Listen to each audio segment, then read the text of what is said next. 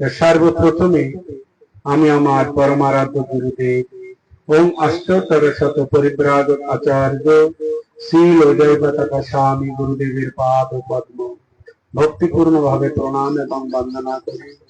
তৎপরে ISKCON প্রতিষ্ঠাতা আচার্য শ্রীল অভয় চরণারবিন্দ ভক্তি বেদান্ত স্বামী প্রভুপাদ আমাদের পরম গুরুদেব ওনার শ্রীপাদ পদ্ম বন্দনা পূর্বক উপস্থিত সকল ভক্ত সজ্জন মন্ডলী মাতৃমন্ডলী সকলকে যথাযথ সম্মান দণ্ডবত প্রণতি নিবেদন জানিয়ে আজকে এই শুভ মধ্যাহ্নকালীন সময়ে আমরা দাঁতন থানা মনোহরপুর গ্রামে এসেছি। তো খুব ভালো লাগছে, আপনারা বহু সংখ্যায় এসেছেন। তো আমরা ভজনটি গাইলাম কি না, মানস দেহ গেহ যো কিছু মোর ওর পিলুতুয়া পদে নন্দ কিশোর। আমাদের অনেক টাকা আছে, হয়তো কিছু টাকা আমরা ভগবানকে দিতে পারি, অনেকগুলো জমি আছে, 20 বিঘা সম্পত্তি আছে, আমরা হয়তো 2 বিঘা সম্পত্তি ভগবানকে দিলাম, হয়তো 5টা গাড়ি আছে, একটা গাড়ি ভগবানকে দিলাম, বাড়ি আছে 7-8টা বাড়ি আছে, 1-2টা বাড়ি ভগবানকে দিলাম, তাতে ভগবান খুশি হবে। আমরা ভগবানকে যাই দেব তাতে ভগবান কি খুশি হবে। কিন্তু সব থেকে খুশি হয় কখন ভগবান না, সব থেকে খুশি হবে ভগবান যখন আমরা আমাদের মনটাকে দিলাম। সব কিছু দিলাম কিন্তু মনকে দিলাম না ভগবানকে, তাহলে ভগবান কি খুব খুশি হবেন না আনন্দ পাবেন না? আমাদের যদি কিছু না থাকে, কিছু না দিতে পারে, শুধু অন্তত মনটা যদি আমরা ভগবানকে দিব, তাহলেই কিনা ভগবান এত পরিমাণে খুশি হবে। এত কিছু দিয়েও যা খুশি না হয়, শুধু আমরা মনটাকে যদি দিই তাহলেই ভগবান খুব খুশি হবে। তাই বললেন যে ভক্তিবিনোদ ঠাকুর মহাশয় একজন মহান আচার্য, তিনি আমাদের শেখাচ্ছেন আমাদের ভগবানকে কটা ধীরে ধীরে ধীরে একসময় উন্নত স্তরের দিকে চলে যায়। তো সেই জন্য শ্রীমদ্ ভাগবতম গ্রন্থে বলছেন অকাম সর্বকাম মুখ্য কাম উদারধি তীব্রেণ ভক্তি যোগেন যজন্তি পুরুষ পরম। অকাম, কোন চায় না, এগুলো অনায়াসেই ভগবান দিয়ে যায়। ভক্ত যদি ছুটে ভক্তে ভুক্তি মুক্তি দিয়া, কৃষ্ণ যদি ছুটে ভক্তে ভুক্তি মুক্তি দিয়া, প্রভু ভক্তি না দেন কৃষ্ণ রাখেন লুকাইয়া। তো কৃষ্ণ যদি ছুটে ভক্তে ভুক্তি মুক্তি, ভক্ত যেগুলো চাচ্ছে ভোগ করার, একটা বড় মন্দির ছিল, ঠিক আপনাদের এই কাঁকড়াঝির মহাপ্রভুর মন্দির আছে, এইরকম বড় মন্দির। তো এই গ্রামে আবার 3টে বন্ধু ছিল, খুব ভালো বন্ধু। তো সেই বন্ধু একই সঙ্গে যেখানে সিনেমা দেখতে যাবে একসঙ্গে যায়। সে ভগবানের কাছে প্রার্থনা করছে। কি প্রার্থনা? দেখছেন মন্দিরটা ঠিক মতো চলছে না, ভগবানের সেবা পূজা ঠিক মতো হয় না, কেন? পয়সা কড়ির অভাব। তারপরে মন্দিরটা দেখা যাচ্ছে ভেঙে চলে যাচ্ছে, রং হচ্ছে না, এখানে ভেঙে যাচ্ছে ওখানে ভেঙে যাচ্ছে, এইরকম অবস্থা। তো তখন বন্ধুটি প্রার্থনা করছে একটা, প্রভু আমার তো অর্থ নাই, আমি কি করে দেব? তো তুমি যদি আমাকে কৃপা করে অর্থ দাও তাহলে আমি তোমার সেবা এরকম করব, এইরকম প্রার্থনা করলেন। তো তারপরে আর একটা বন্ধু সেও প্রার্থনা করছে। কি প্রার্থনা? না, তার একটি এই পাশে, কিন্তু ওই মাস গেলেই চলে আসে টাকা নিতে। তো সেই কোম্পানির লসে চলছে না লাভে চলছে সেসব চিন্তা করবে না, লেবাররা তাই করে নাকি? তো মাস গেলেই তাদের কি পয়সা দিতে হয়। তো সেই জন্য সে ভগবানের কাছে প্রার্থনা করছেন, হে প্রভু, এই কোম্পানি চলছে কি চলছে না সেটা লেবাররা দেখে না, মাস গেলেই চলে আসে, টাকা আমাকে দিতে হয়। তো প্রভু, আমি আর পারছি না, তো আমাকে এমন একটা জন্ম দিন যে সবাই কি করবে, কাজ করবে আর আমাকে এসে পয়সা দিবে। সবাই কাজ করবে আর আমাকে এসে কি পয়সা দিবে, এইরকম একটা আমাকে জন্ম দিন প্রভু। তারপরে আর একটি আর একটি ভক্ত সেই ভগবানের কাছে প্রার্থনা করছেন যে এইরকম তার এরকম অনেক জমি জায়গা আছে, তো সেই জমি জায়গায় লেবার কাজ করে, ধান কাটে বা কিছু করে, তো কাজ করে এসেই কি না চাই যে দিন টাকা দিন, তাড়াতাড়ি বাড়ি যেতে হবে, বাজার করতে হবে, রাত হয়ে যাচ্ছে।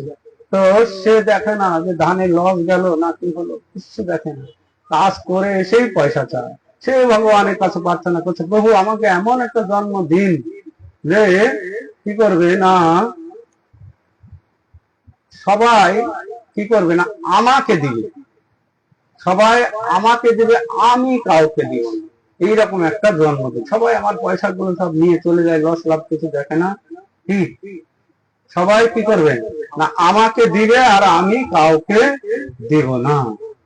এরকম প্রার্থনা করলেন ভগবানের কাছে। তো প্রার্থনা করে 3 বন্ধু আবার চলে গেল। তো যেতে যেতে এক সময় কি হয় না, আমরা তো এই জগতে এসেছি, সারা জীবন তো এই জগতে থাকতে পারবো না, এই বাড়িতে সারা জীবন থাকতে পারবো না, এই গ্রামে সারা জীবন থাকতে পারবো না।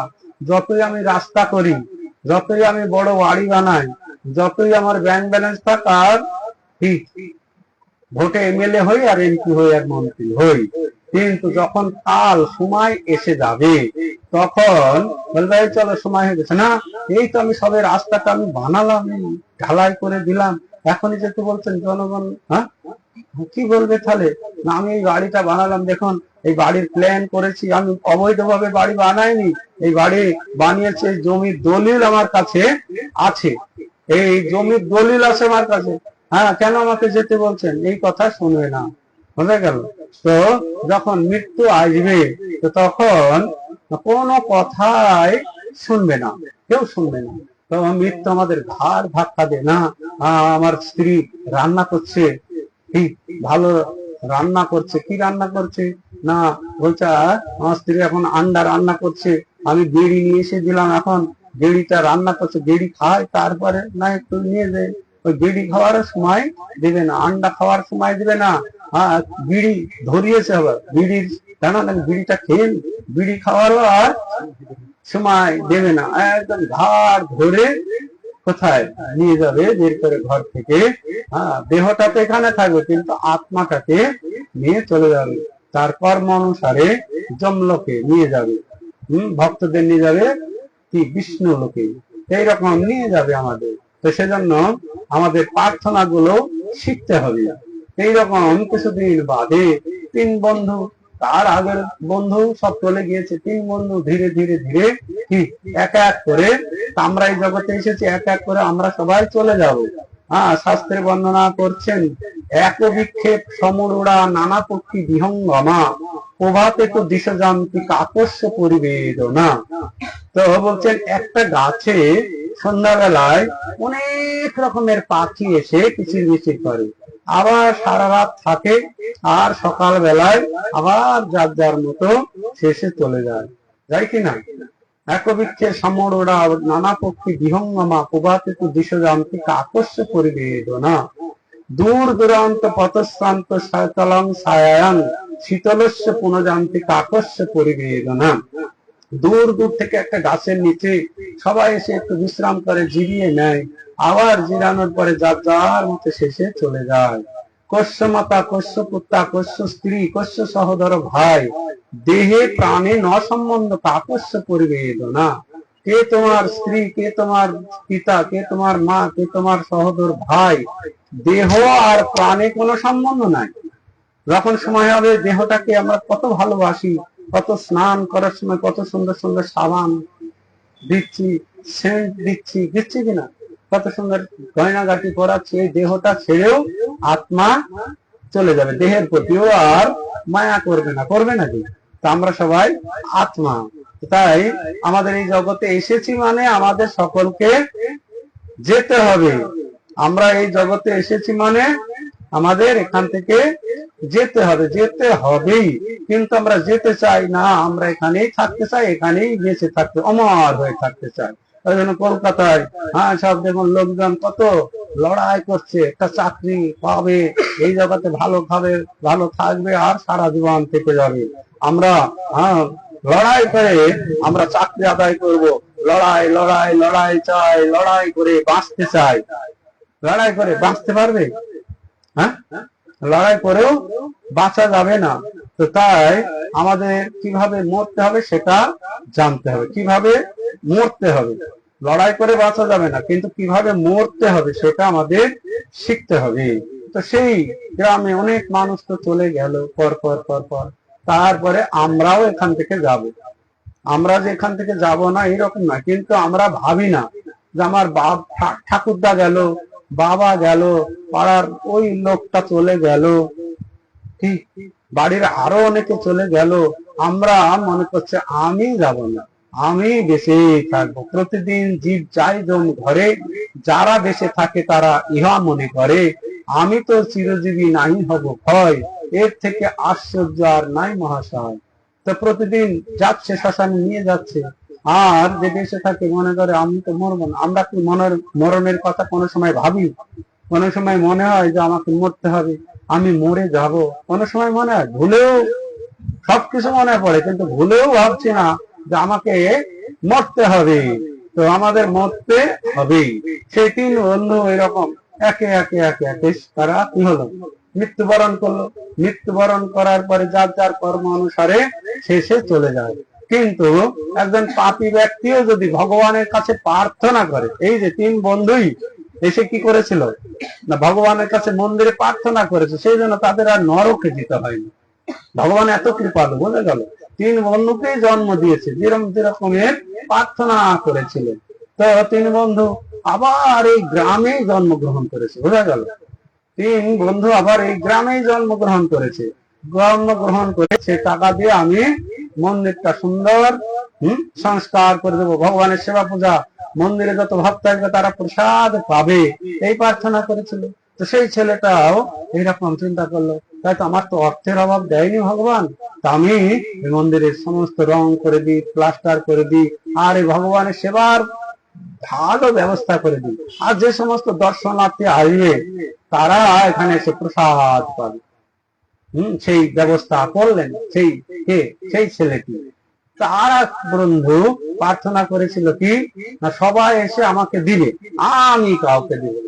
সবাই এসে কাজ করার আমার কাছ থেকে এসে টাকা দাও টাকা দাও। তো ও আর সহ্য করতে পারে না, সে প্রার্থনা করেছিল কি সবাই এসে আমাকে দিবে, আমি কাউকে দিব না।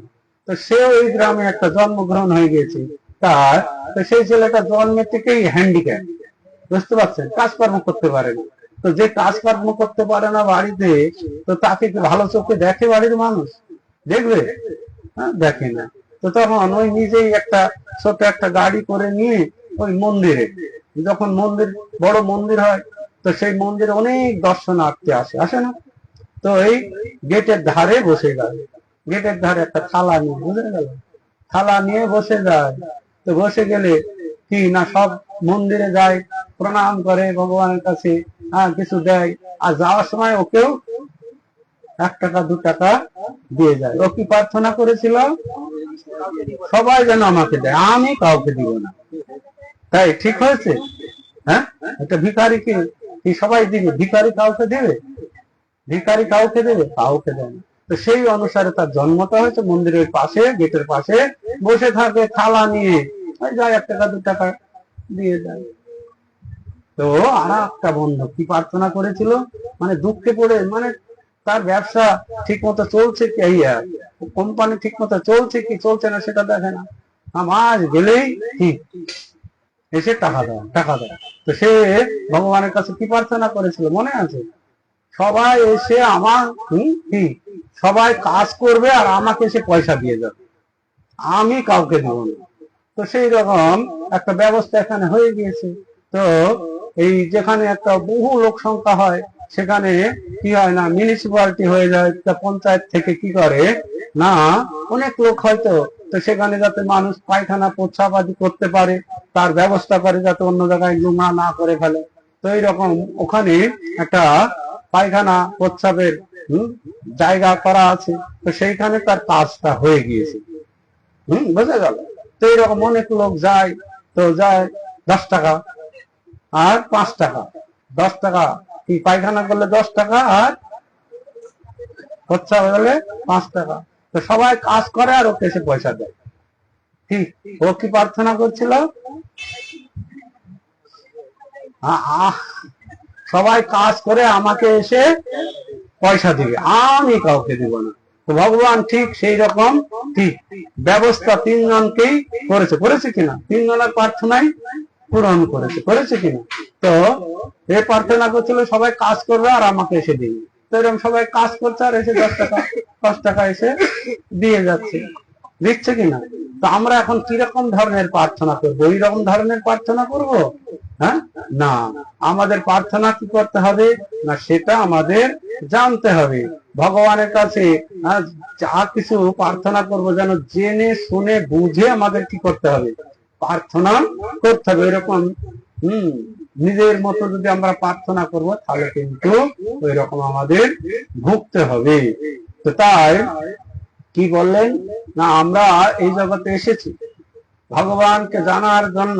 তো এরকম 10 বিঘা জমি থাকলে আমরা দিতে পারবো, অনেক টাকা থাকলে, কিন্তু আমরা মন দেই না।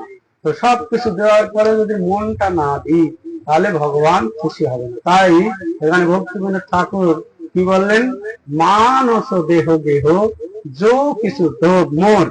তো মানস মন, দেহ গৃহ, দেহ মানে গৃহ, যা কিছু আমার আছে প্রভু, অর্পিল তোয়া পদে নন্দ কিশোর, অর্পিল তোয়া পদে, আমি সব কিছু তোমার চরণে অর্পণ করলাম। এইরকম মন মানসিকতা আমাদের হতে হবে। তো প্রথম এরকম বললাম, চাওয়া পাওয়া থাকবে, অনেক রকমের চাই মানুষ, কিন্তু কি চাইতে হবে সেটা জেনে বুঝে আমাদের ভগবানের কাছে চাইতে হবে। তো যেটা বলছিলাম, কৃষ্ণ যদি ছুটে ভক্তে ভক্তি মুক্তি দিয়া, প্রভু কৃষ্ণ নাদান ভক্তি রাখেন লোকায়া। তো কৃষ্ণের কাছে আমাদের চাইতে হবে। কি চাইতে হবে সেইটা আমাদের ভালো করে জানতে হবে। আর এইটা জানতে গেলে, শিখতে গেলে সাধু সঙ্গ করতে হবে, ভক্তদের কাছে আসতে হবে। ভক্তদের কাছে আসলে জানা যাবে যে ভগবানের কাছে কি। ভগবান তো আমাদের যথেষ্ট পরিমাণে দিয়েছে, আর এত সুন্দর দেহ দিয়েছে, মন দিয়েছে, বুদ্ধি দিয়েছে, বিবেক দিয়েছে, সবকিছু দিয়ে পাঠিয়েছে, তাই না? হ্যাঁ, তা এখন আর কি দিতে পারে?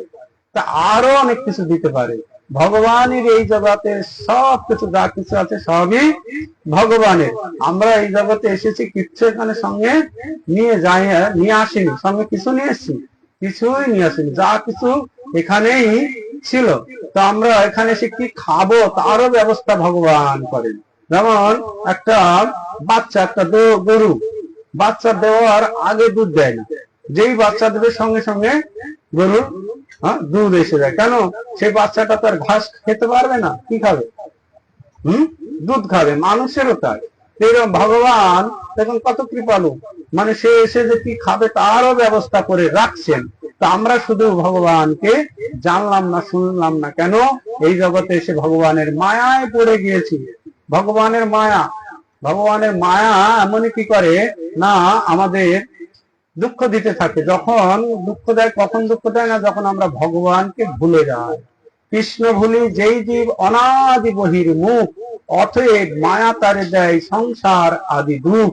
প্রভু স্বর্গে উঠায়, প্রভু নরকে ডুবায়, দণ্ডজনে রাজা যেন নদীতে চুবায়।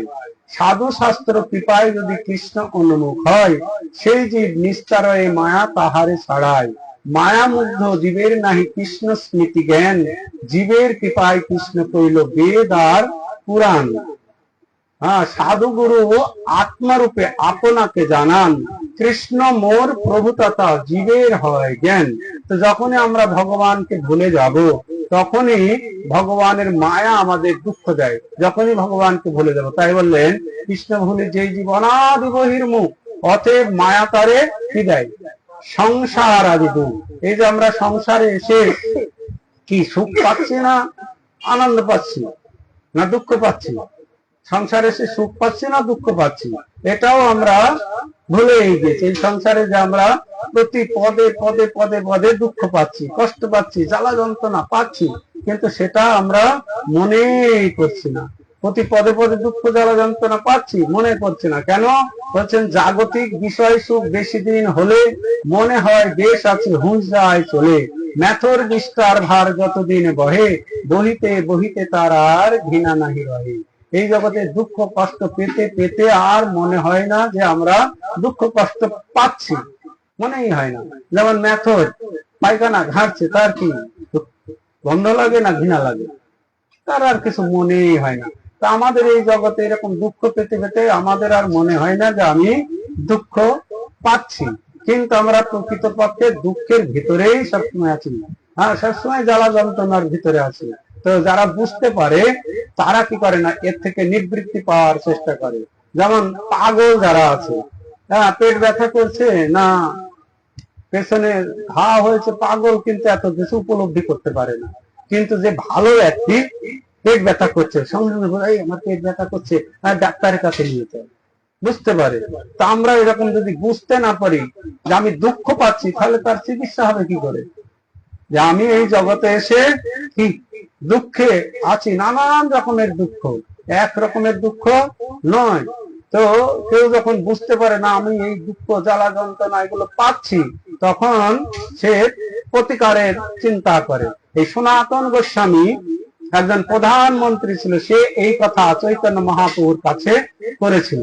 না, চৈতন্য মহাপ্রভু যখন কাশী ধামে ছিল, তখন এই সনাতন গোস্বামী মালদা নবাব হোসেন শাহের প্রধানমন্ত্রী ছিলেন। সব ছেড়ে ছুড়ে দিয়ে পালিয়ে চলে গেলেন মহাপ্রভুর কাছে।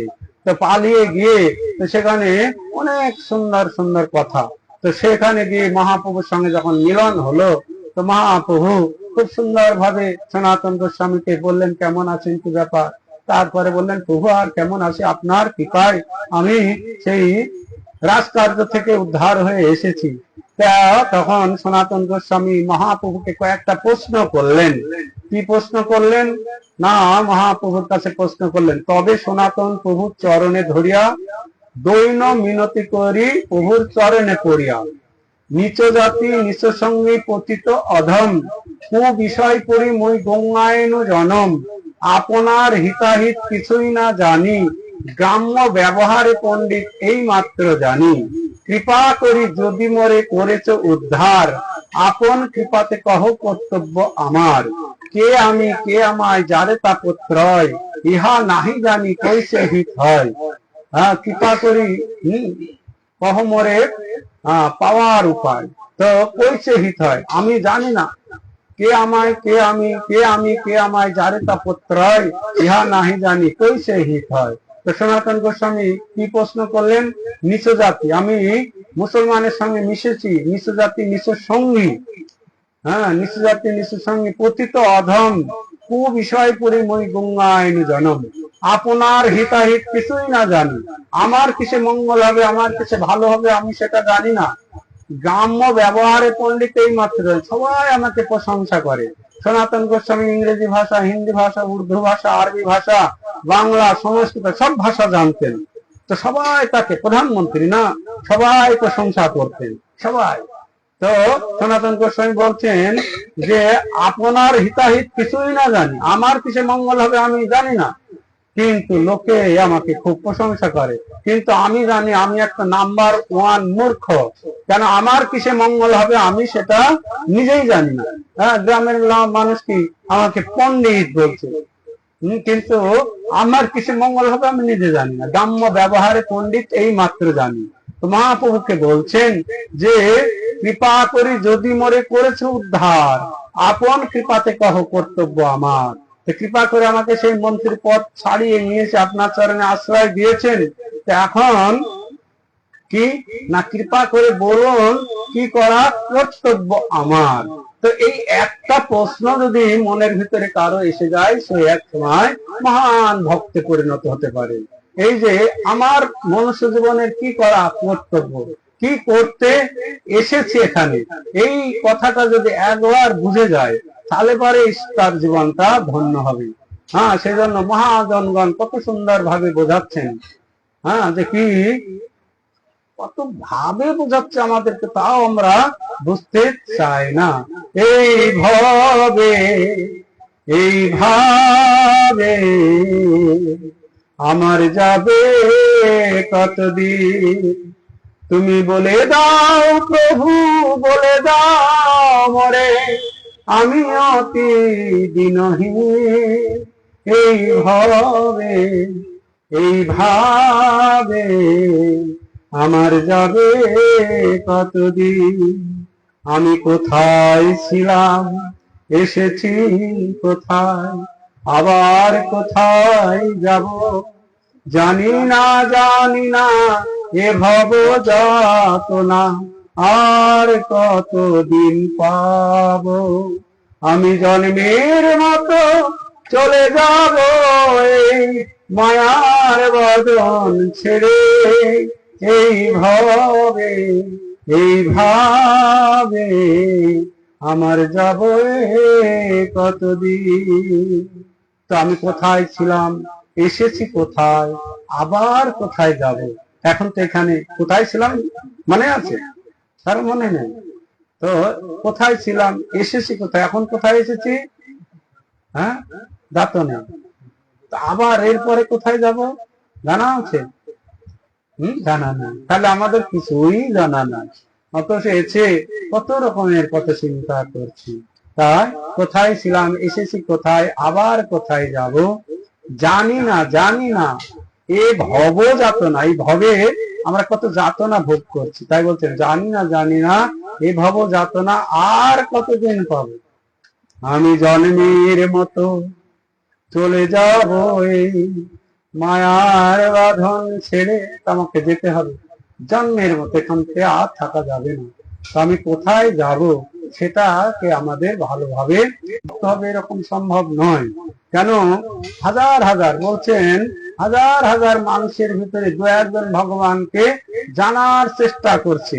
ওই রকম হাজার হাজার জানা মানুষের মধ্যে দু একজন ভগবানকে জানতেছে। মনুষ্য নাম সহস্রে, কেমন মিষ্টি না তেতো না টক নাকি, এটা বোঝার জন্য ভগবান আমাদের কত সুন্দর দেখুন, হ্যাঁ, যে একটা জিহ্বা দিয়ে দিয়েছে। আপনি জিহ্বায় দেওয়া মাত্রই বুঝতে পারবেন। কি বুঝতে পারবেন? কি টক না মিষ্টি না কষ বোঝা যাবে কি না? কে দিতে পারবে? কেউ দিতে পারবে? তো এই যে আমরা যা বলছি, ভালো কথা বলুন আর খারাপ কথা বলুন, কি শুনছি তো, তো কানের কাজ হচ্ছে শোনা। তো আমরা শুনছি, তো এটা কে দিয়েছে? কানটি কে দিয়েছে? পেত না, পেত তো পেত না। তো মন আছে, বিবেক আছে, বিবেক আমাদের বিবেক আছে না?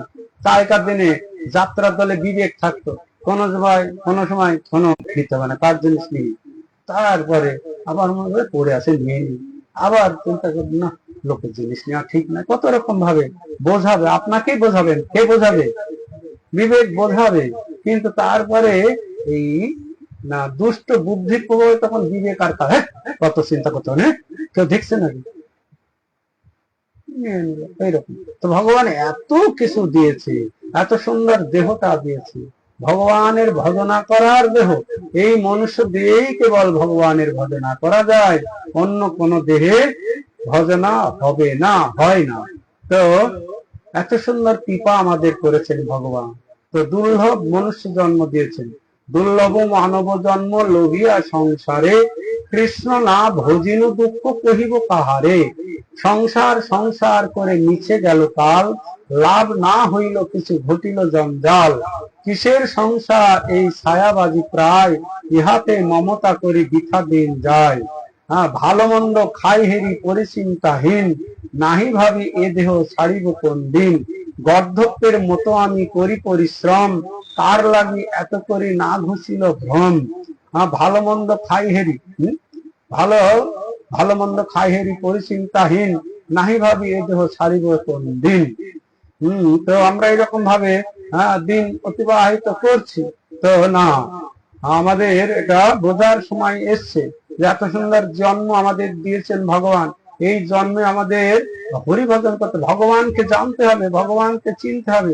কেন ভগবান আমাকে এখানে পাঠিয়েছে সেটা ভালো করে উপলব্ধি করতে হবে। উপলব্ধি করে ভগবানের আরাধনায় যুক্ত হতে হবে। তা আমরা বড় ভাগ্যবান। কেন আমাদের ভারতবর্ষে, বিশেষ করে বাংলায় জন্ম হয়েছে। বাংলায় মহাপ্রভু এসেছেন, এসে সারা জগৎকে তিনি হরিনাম দিলেন। তো আমাদের এই আপনাদের দাতন, এখানেও মহাপ্রভু এসেছেন। এইখান দিয়ে তিনি পুরী ধামে গিয়েছেন দাঁতন হয়ে। দাঁতনে এসে মহাপ্রভু দাঁত মেজেছিল, তাই এই গ্রামের নাম হয়েছিল দাঁতন। দেখুন আপনারা কত ভাগ্যবান, এখানে মহাপ্রভু এখান দিয়ে গিয়েছেন, মহাপ্রভুর পদ রজ এখানে আছে, তাই এই দাঁতন এলাকায় অনেক মানুষ ভক্ত হয়েছে। কিন্তু এই মহাপ্রভু যাওয়ার পরে সব ভুলে গিয়েছিল। তো ভুলে যাওয়ার পরে আবার কি হলো না, এই ইস্কন মন্দির প্রতিষ্ঠা হলো। তো ইস্কন মন্দির প্রতিষ্ঠা হয়ে ইস্কনের যে প্রতিষ্ঠাতা আচার্য ছিল অভয় চরণারবিন্দ ভক্তি বেদান্ত স্বামী প্রভুপাদ, উনি চিন্তা করলেন সারা জগতের মানুষ কিভাবে এই কৃষ্ণ ভক্তি কৃষ্ণ ভাবনায় ভাবিত হবে, তার ব্যবস্থা করলেন। তো আমাদের এতদ অঞ্চলে বহু নামহট্ট সংঘ আছে, বহু। তো আমাদের যেমন দীনপাবন সনাতন হরিপ্রভু এলাকায় বহু নামহট্ট। দেখুন ওনার বাড়ি আপনাদের এখানে, আপনারা সকলেই ছিলেন, প্রতিদিন আপনাদের এই রাস্তা দিয়ে যায়। কোথায়? ওনার স্কুলে, হাই স্কুলের টিচার উনি। তো দেখুন উনি নিজে ভক্ত বলিবা না বলাইবা, দিন অবসানে আসি আমারে কহিবা। তো মহাপ্রভু বলেছেন প্রতি ঘরে ঘরে যাও, গিয়ে সবাইকে হরিনাম করার কথা বলো, সবাই ভগবানকে ভুলে দুঃখের এ ঘোর সংসারে, এ কথা বন্ধ করে, এ ঘোর সংসারে পড়িয়া মানো না পাই দুঃখের শেষ। এই ঘোর সংসারে দুঃখের কোনো শেষ নাই, একটা দুঃখ গেলে আরো 10টা লাইনে আছে এসে যাবে। এ ঘোর সংসারে পড়িয়া মানব না পায় দুঃখের শেষ। তো দুঃখের শেষ হবে কখন? সাধু সঙ্গ করতে হবে, সাধু সঙ্গ। সাধু সঙ্গ করে হরি ভজে যাবে। সাধু সঙ্গ করে কি করতে হবে? হরি ভজন করতে হবে। আর এই হরি ভজন শেখাবে কিনা? সৎ গুরুদেব। হরি ভজন করে সাধু সঙ্গ হবে, আর ভজনা শিখাবে সৎ গুরুদেব। যেমন এখানে আপনাদের মন্দির আছে, মন্দিরে আছে, কিন্তু একটা মানুষকেও গলায় মালা পরাতে পারবে না। হ্যাঁ মন্দির আছে, ওখানে গুরুও আছে। কোন মন্দির আমার আর বলার দরকার হবে না, কথা বলবে না। আপনাকে কোন জপের মালা, একটা তুমি হিন্দু দীক্ষা নিলে একটু জপ মালা নাও, জপ করো, এই কথাও বলবে না। একটু তিলক করো, সে কথা বলবে না। বাড়িতে কি ভগবানের আরাধনা করো, সেগুলো বলবে না। হ্যাঁ তারপরে আরে আহার শুদ্ধ করো, ভগবানকে নিবেদন করে প্রসাদ পাও। হ্যাঁ তাহা না হলে ভগবানের কৃপা পাওয়া যাবে না, এই কথা বলবে না। আপনারা যাবেন, সঙ্গে সঙ্গে আপনি দীক্ষা নিতে পারবেন। তো এইরকম দীক্ষা নিয়ে কোনো কিছুই হবে না। যদি আমরা দীক্ষা নিয়ে হরিনাম না করি, তাহলে আমরা এই কলিযুগের এই মহাসমুদ্র থেকে উদ্ধার হতে পারবো না। তাই শাস্ত্রে বলছেন, কেউ যদি দীক্ষা নিল কিন্তু যদি হরিনাম না করে দীক্ষা নিয়ে, সে তাহলে কি করে উদ্ধার হবে? তো তার অবস্থাটা কেমন না, কুকুরের লেজ ধরে ভবসাগর পার হওয়ার মতো। কুকুরের লেজ ধরে কখনো ভবসাগর পার হওয়া যাবে না। তো কেউ যদি শুধু দীক্ষা নিয়ে যদি মনে করে যে আমি উদ্ধার হয়ে যাব, ওই কুকুরের লেজ ধরে উদ্ধার হওয়ার মতো তার অবস্থাটা হবে। তো তাই যারা খুব বুদ্ধিমান, তারা দীক্ষা নেওয়ার আগেই হরিনাম করেন। দীক্ষা নেওয়ার আগে হরিনাম করে শুদ্ধ হয়, ভক্ত জীবন গড়ে তুলে তারপরে দীক্ষা নেয়। দীক্ষা নেওয়ার অর্থ হচ্ছে দিব্য জ্ঞান যত দদ্দৎ পাপস্য সংক্ষয়ম। দীক্ষা নেওয়ার অর্থ মানে দিব্য জ্ঞানের উদয় হবে, সে ভালো মন্দ বোধ শক্তি তার জাগ্রত হবে, সমস্ত পাপ থেকে সে মুক্ত হবে, তাহলে তার দীক্ষা হয়েছে। দীক্ষা নিয়ে আগে দেখা যাচ্ছিল যে কি বিড়ি খেত, এখন দীক্ষা নিয়ে সে সিগারেট ধরেছে। আমি আগে আসানসোলে বর্ধমান থেকে দীক্ষা নেবো, ঠিক আছে একটা জপমালা দাও। তো একটা জপমালা নিয়ে আসলেন, তো একটা জপমালা দিলাম, জপ করুন। তো জপ করলো, তো একটা মালাও করুন, মালাও পড়লো। মালা পরে তারপরে এরকম রান্না তো করতে আর যেতে পারে না, কেন ওইখানে গেলে বিভিন্ন রকমের রান্না করতে হয়। যখন বিভিন্ন প্রকারের রান্না, বুঝতে পারছেন তো, অন্নপ্রাশন বাড়িতে, বাইরে মানুষের অন্নপ্রাশন বাড়িতে মৎস্য মাংস এইসব রান্না হয়। তো রান্না আর করতে পারে না, কি করে সংসার চলবে? তখন সেইবার কি না ভিক্ষা করতে লাগলো। ওই পড়া একটু এইরকম ভিক্ষা করে। তো ভিক্ষা করে তারপরে যে বিড়ি খাওয়া তো আগের থেকে অভ্যাস আছে, তো বিড়ি খায়। তো আমরা ওখানে কয়েকজন আমরা একই সমবয়সী ভক্ত ছিলাম, মানে বন্ধু। তো তখন এখন আমি মন্দিরে গিয়েছি প্রচার করতে করতে, তো আমাকে ওই কয়েকজন ভক্ত বলছে, এই হ্যাঁ নন্দগোপ কুমার, তোমার ওই দেখো শিষ্য বিড়ি খায়, বিড়ি খায়। তখন এই তুমি আমাদের ইসকনের মানটা ঢোয়ালে। ইসকন মানে কি জানো? কি প্রভু? ইসকন মানে international society for Krishna conscious, international society, একটা সাধারণ সোসাইটি নয়। তুমি বিড়ি খাই ইসকনের মানটা ঢোয়ালে, তো বিড়ি খাবে কেন? খাবে তো সিগারেট খাও। এই কথা শুনে একদম তখন বিড়ি খাওয়া ছেড়ে দিল, সিগারেট খাওয়া শুরু করলো। বোঝা গেল তখন থেকে আর বিড়ি খায় না, সিগারেট খায়। তো তারপরে কিছুদিন বাদে আবার বলছে, এই দেখুন আপনার এই শিষ্য এখন সিগারেট খাচ্ছে না। তখন এই সিগারেট খায় না, হ্যাঁ তুমি ওইসব ছাড়ো, ছেড়ে আস্তে আস্তে আস্তে ভক্ত হও। তো তারপরে সে ভক্ত হয়ে গেল, ভিক্ষাও আর করতো না, কাজকর্ম করে সংসার চালাতো। তো এখানে দেখুন সব গুরু গোসাই আছে, দীক্ষা দেবে, আপনারা যে ভালো ভক্ত হবেন কি করে সেই শিক্ষা দেয় না। এটাই হচ্ছে সমাজের একটা বিড়ম্বনা। তো সেই জন্য এই বিড়ম্বনা থেকে মুক্ত হতে হবে, আমাদের জানতে হবে। তাই ইসকন একটি সুন্দর প্রতিষ্ঠান, যেখানে গেলে আমরা ভালো ভক্ত হতে পারবো। একটা সাধু সঙ্গ মানে কি? একটা মদ মাতাল চোর বদমাস সাধুর সঙ্গে আসলে কি হবে? সে ভালো হবে, এটাই তো সাধু সঙ্গ নাকি?